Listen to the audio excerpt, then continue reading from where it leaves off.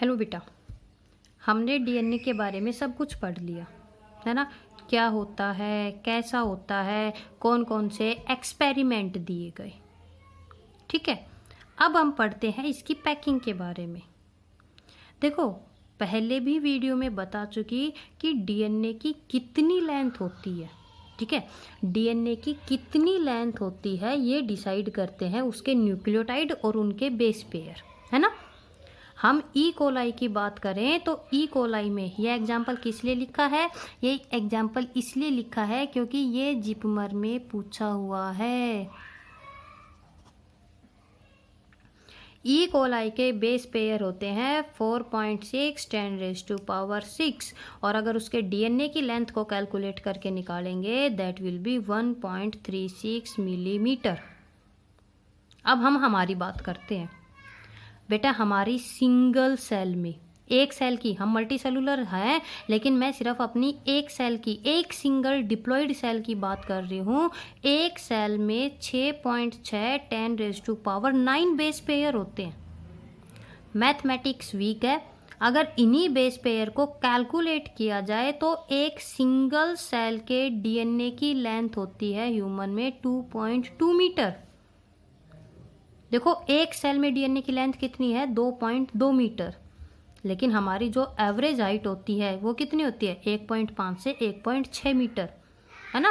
Average ही तो लेते हैं ना, ज़्यादा बड़े थोड़े, 5.5, 5.6 इंच, 5.7 या 5.8 फीट, यही होती है हाइट। क्लियर। अब देखो, इतना एक में है, चांद तक चले जाओ और उसके चारों तरफ लपेट के डीएनए को वापस आ जाओगे तब भी डीएनए रैप नहीं होगा। मल्टी सेलुलर है, जब एक सेल में इतनी है तो सोचो जब हम मल्टी सेलुलर है लाखों करोड़ों सेल में कितनी लेंथ बनती होगी। ये कारण है कि हम डीएनए पैकिंग को पढ़ रहे हैं। ये कारण है कि हमें पता होना चाहिए कि हमारा इतना जो लेंथी डीएनए है वो छोटी सी एक सेल के अंदर कैसे आ रखा है। एक छोटी सी सेल में 2.2 मीटर डीएनए कैसे आ गया, और उस छोटी सी सेल में सेल ऑर्गेनेली भी हैं और उस छोटे से न्यूक्लियस में आ गया।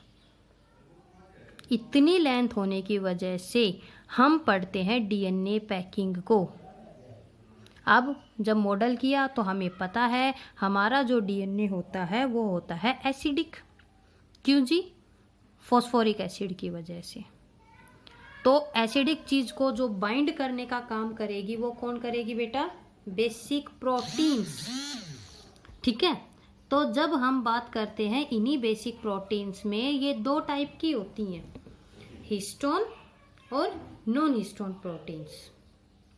जो प्रोकैरियोट्स रहते हैं उनके डीएनए को जो बांधे रखने का काम करती हैं उनको बोलते हैं नॉन हिस्टोन प्रोटीन्स, और जो यूकैरियोट्स में होते हैं उनको हम नाम देते हैं हिस्टोन प्रोटीन्स। क्लियर। तो देखो, हमें पता है कि जो प्रोकैरियोट्स होते हैं उनका डीएनए नेक्ड होता है, साइटोप्लाज्म में रहता है ना, और उनके डीएनए को हम क्या बोलते हैं? न्यूक्लियोइड या प्रोक्रोमोजोम, जो कि एक सिंगल पेयर क्रोमोजोम को शो करता है।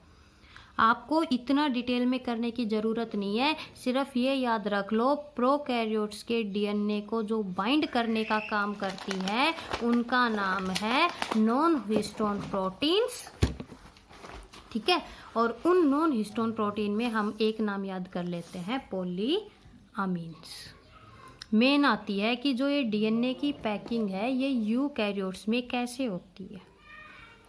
देखो, कुछ अमीनो एसिड, कुछ प्रोटीन्स होती हैं, लाइसिन और आर्जिनिन उनके अंदर बहुत ज़्यादा होता है।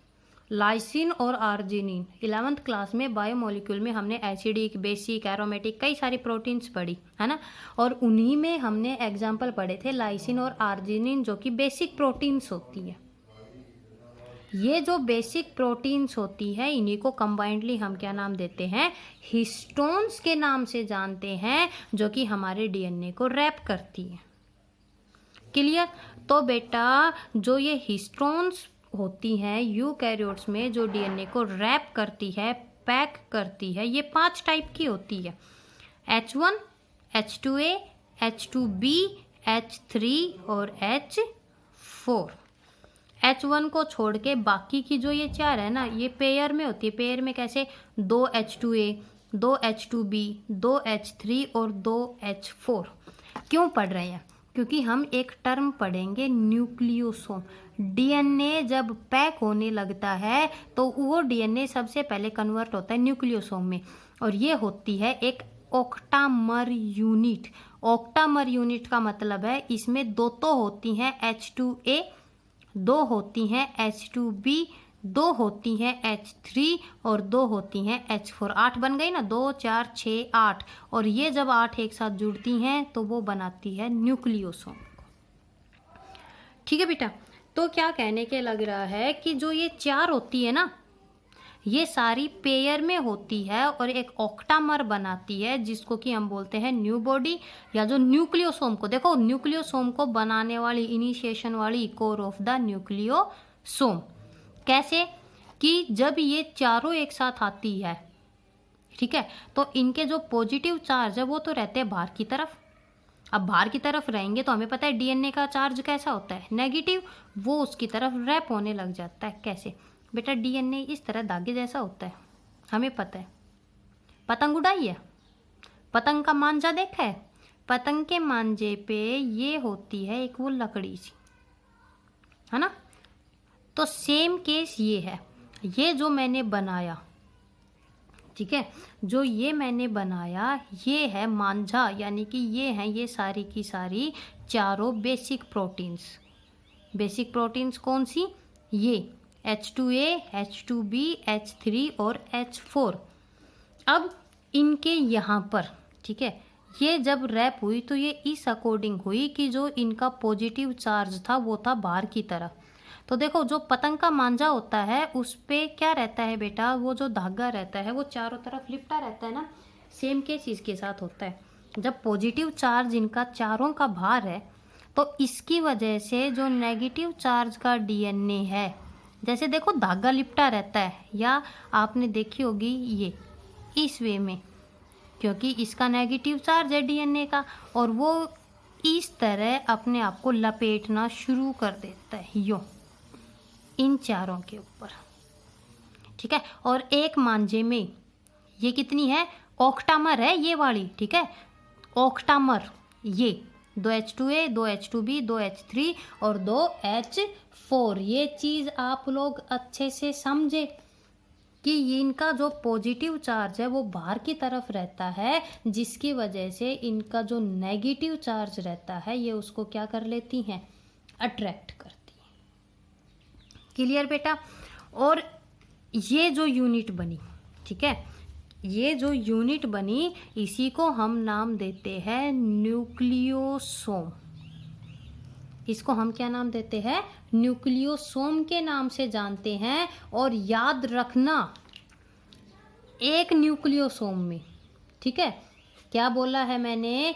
एक न्यूक्लियोसोम में एक टर्न पे लगभग कितना डीएनए जो रहता है वो रैप हो जाता है? वो हो जाता है 160 आर्मस्ट्रॉन्ग। That means 11 × 6 nanometre. और अगर नहीं समझ में आया तो इन सब को छोड़ दो। एक न्यूक्लियोसोम पे 166 बेस पेयर डीएनए के रैप हो जाते हैं। आप समझ गए? एक न्यूक्लियोसोम पे कितने डीएनए के बेस पेयर रैप हो गए? 166। यानी कि आपका जो मांझा है उस पे कितने बेस पेयर है डीएनए के? 166। अबाउट एवरेज है बेटा, एग्जैक्ट नहीं है, average 166 base pair get wrapped over this new body. ये कोर ऑफ न्यूक्लियोसोम, ठीक है, ये पूरा न्यूक्लियोसोम है, लेकिन ये तो न्यूक्लियोसोम का सांचा है ना, ठीक है, समझ गए? चलो जी, तो इस तरह बहुत सी क्या बन जाती है बेटा? ये न्यूक्लियोसोम की बॉडीज बन जाती है ऐसी कि हर बार क्या रहेगा? डीएनए। क्यों? क्योंकि डीएनए तो बहुत लेंथी है, उसको हर बार इस तरह। सबसे पहले जब डीएनए रैप करना शुरू करता है तो इस तरह सबसे पहले क्या बनती हैं? ये न्यूक्लियोसोम्स बनते हैं। कि सबसे पहले वो जो ये धागा सा पड़ा हुआ था उन सेल्स के अंदर डीएनए इस तरह रैप हो गया।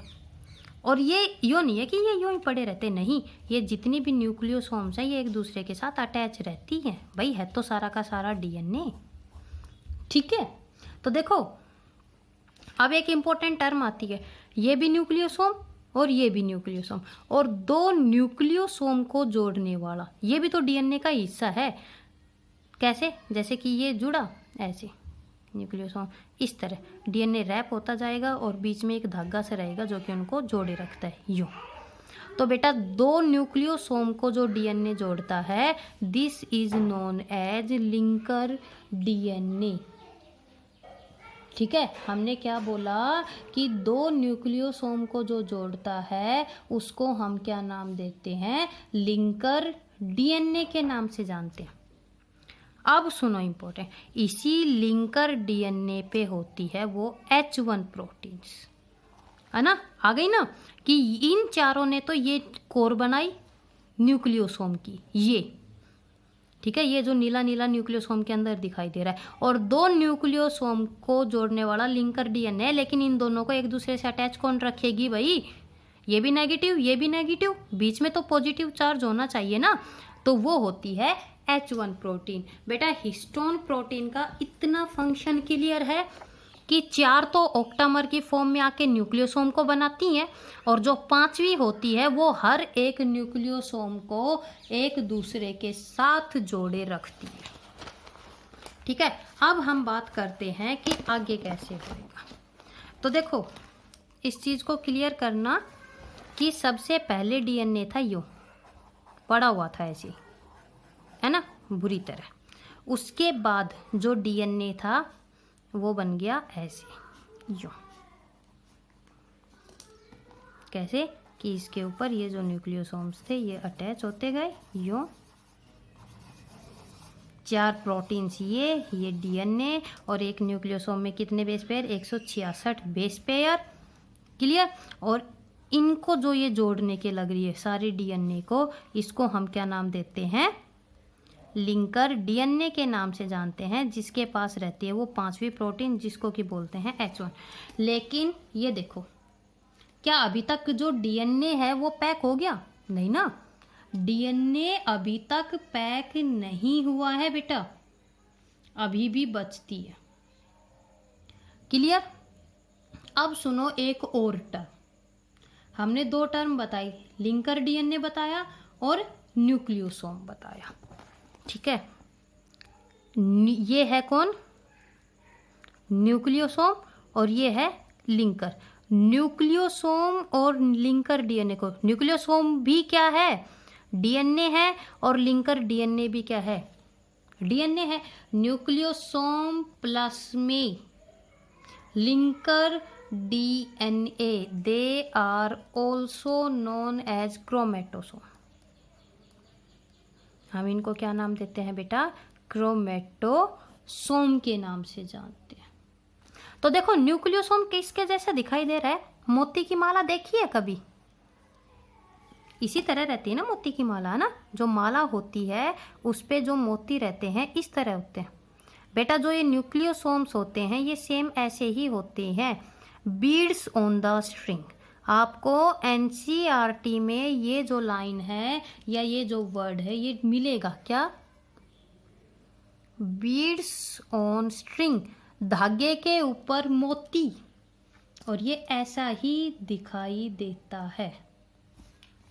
ठीक है, तो ये इस तरह चलती रहती है। अब ये एक दूसरे के साथ और सिकुड़ेंगी। ठीक है, न्यूक्लियोसोम बन गए।